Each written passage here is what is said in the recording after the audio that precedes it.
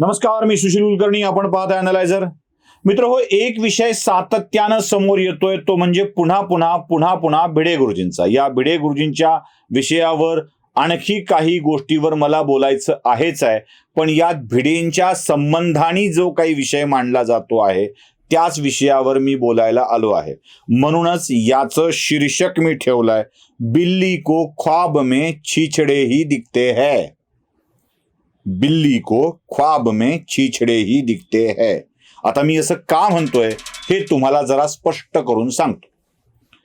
बघा, निखिल वागळे नावाच्या एका माजी पत्रकाराने, माजी हा शब्द ठीक आहे ना, की पत्रकार आयुष्यभर पत्रकारच असतो. जसं लोक मला युट्यूबर झालो तरी पत्रकार म्हणतात. मी युट्यूबर आहे, एक 2% काय युट्यूबर आहे. मी काय मोठा पत्रकार वगैरे काही नाही आहे. पण निखिल वागळे नावाच्या एका पत्रकारांनी ट्विट करून टाकलं, कारण ते ट्विट शिवाय दुसरं काय करू शकतात. कुठे लिहायची सोय नाही राहिली, आपली स्वतःची टीव्ही नाही राहिली, नोकरी नाही राहिली, मग ते ट्विटर, कुठतरी फेसबुकवर व्हिडिओ पोस्ट असल्याच ठिकाणी आपलं व्यक्त होत राहतात, जी आमची अवस्था आहे. म्हणजे माध्यमातून बाहेर पडल्यावर दुसरं काय होतं, आपल्या आपल्या माध्यमावरती बोलायचं आपण, दुसरं काय. तर ते ट्विटरवरती बोलून म्हणतात की संभाजी भिडेंची जागा ही जेलमध्ये आहे. आता मी तुम्हाला लक्षात येईल की बिल्ली को ख्वाब में छीछड़े क्यों दिखते हैं मी असं म्हणालो का. आता जेलमधली जागा हा जो विषय आहे ना, तो कसा आहे जरा नीट समजून घ्या. म्हणजे आपल्याकडे कसं आहे, येरवाडा हा शब्द वापरला जातो, त्याला येरवाड्यात पाठवलंय. आता येरवाड्यात पाठवलंय असं म्हणताना सुद्धा त्याचे दोन अर्थ असतात. येरवाडा सेंट्रल जेल आहे पुण्याची, एक जी मोठी जेल आहे, इथे अनेक लोकांना नेऊन ठेवलं जातं. त्याच्या बाजूलाच एक वेड्याचं रुग्णालय आहे, तिथेही बंदिस्तरित्या वेड्यांना ठेवलं जातं. म्हणजे वेड्यांच्या उपचाराची आणि समाजातल्या वेड्यांच्या अन्य अर्थाने क्राईम या अर्थाने वेड्यांच्या उपचाराची सोय एकाच गावामध्ये एकाच ठिकाणी केलेली आहे.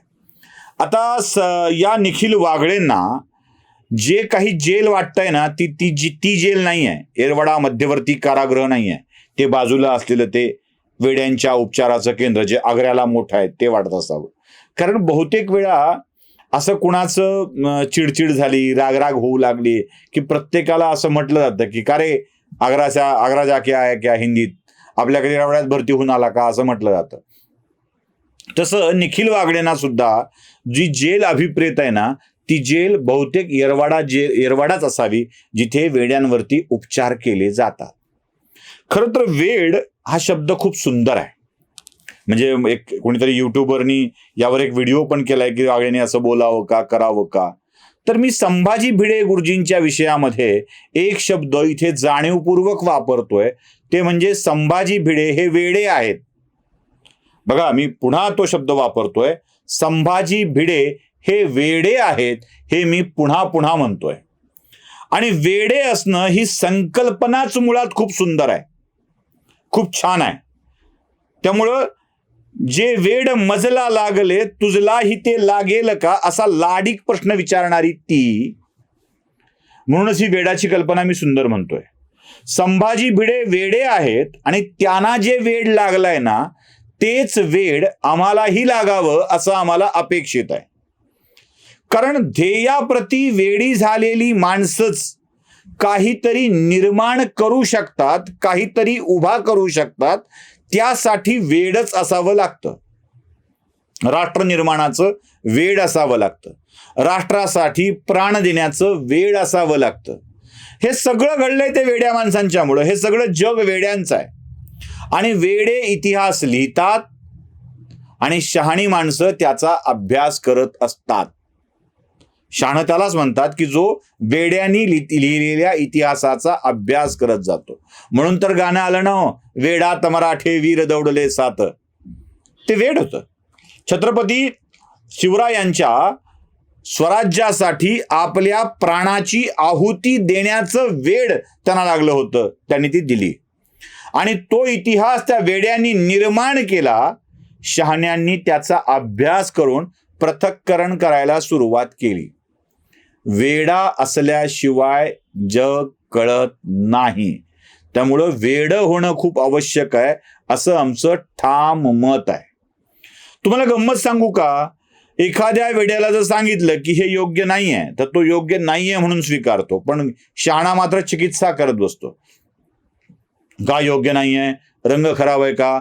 वास खराब आहे का? अरे बाळा ती शी आहे रे, त्याला हात लावू नये. नाही कशामुळे शी आहे? तुम्ही आम्हाला लपवून ठेवताय का? मग तो हातात घेईल, हातात चापडून बघेल, वास घेऊन बघेल, वास तर वाटतोय तसा, चव घेऊन बघेल, अरे रे गा नाही म्हणेल. मग आधी काय सांगितलं होतं शाण्या? एवढी चिकित्सा करणारी माणसं वेडी असू शकत नाहीत. वेड्यांना सांगितलं की कळतं. लहान मुलं बघा बरं, शी आहे म्हटलं की शी आहे म्हणतात, हाय म्हटलं की हाय म्हणतात. ते वेडेपण असतं. ते वेडेपण सगळ्यांनी जपणं आवश्यक आहे. त्यामुळे निखिल वागळे सारख्या माणसांना गुरुजी तुरुंगात जावेत असं जे वाटतं ना, ते तुरुंगात जाणं असंच आहे.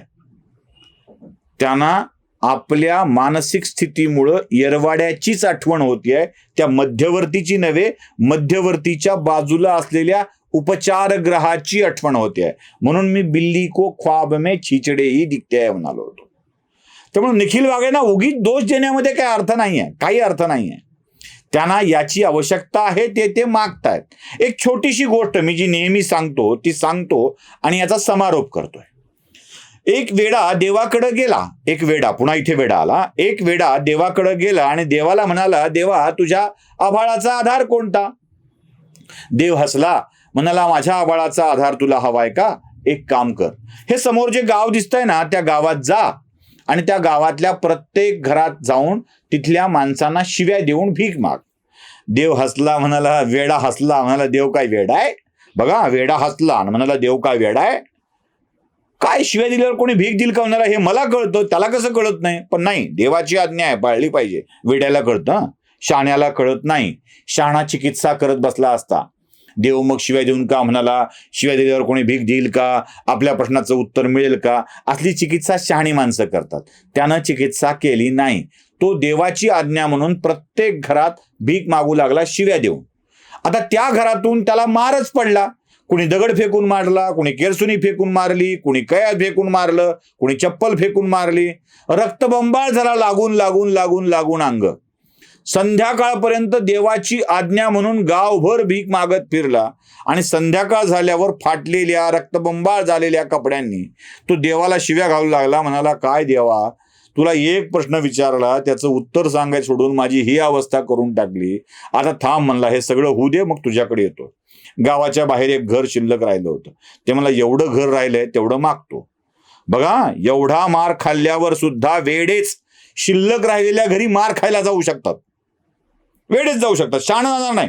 शहाणं 2-4 घरी झपके पडले की निघून जाते वापस. ते देवही गेला खड्ड्यात, प्रश्नही गेला खड्ड्यात, बाकी काही देणं घेणं नाही.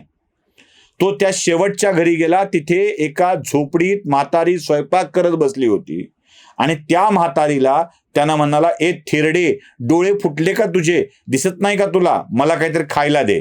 म्हातारीनं किलकिल्या डोळ्यानं बघितलं. एक माणूस कोणीतरी आलाय जो खूप रक्तबंबाळ आहे, लागलाय त्याला. ती काठी टेकत टेकत बाहेर आली. म्हणाली, बाळा किती लागलंय रे तुला? त्याच्यामुळे चिडला असशील. एक काम कर, माझा मुलगा कामावून येणार आहे म्हणून मी पाणी गरम करायला ठेवलंय. त्या पाण्याने आंघोळ कर, पोरं घ्यायच्या आधी मी पुन्हा दुसरं पाणी ठेवते. स्वच्छ आंघोळ कर, माझ्या पोराचे कपडे येतील तुला, ते घाल, फाटलेत तुझ्या अंगावरचे कपडे. 2 भाकरी करते, पोरासाठी अजून 2 टाकते, तू 2 भाकरी खा, मग तुला बरं वाटेल, मग सांग तुला काय सांगायचंय ते. म्हातारीचे हे बोलणं ऐकून वेडा तहान भूक सगळं विसरला. पळत पळत देवाकडे गेला. म्हणाला, देवा ही काय भानगड? सगळ्याला शिव्या दिल्या, सगळ्यांनी मला मारलं, पण म्हातारी मात्र म्हणाली की तुला भूक लागली असेल खाऊन जा हो बाळ. देव हसला आणि वेड्याला म्हणाला, देवा वेड्या, ती म्हातारी तर माझ्या आबाळाचा आधार आहे. लोकांनी शिव्या दिल्यावर सुद्धा जी म्हातारी शिव्या देत नाही ती त्याला प्रेमच देते. ती म्हातारी माझ्या आबाळाचा आधार आहे.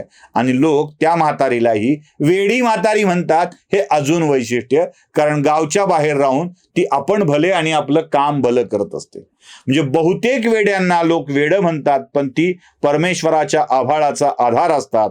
असंच वेड संभाजी भिडेंना लागलेलं आहे, जे आपापलं काम प्रामाणिकपणे करतायत आणि परमेश्वराच्या अथांग आभाळाचा आधार म्हणून काम करतायत.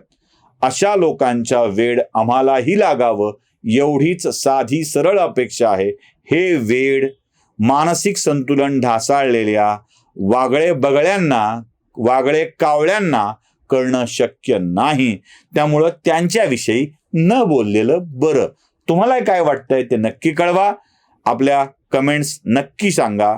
शेअर करा, सबस्क्राईब करा. धन्यवाद.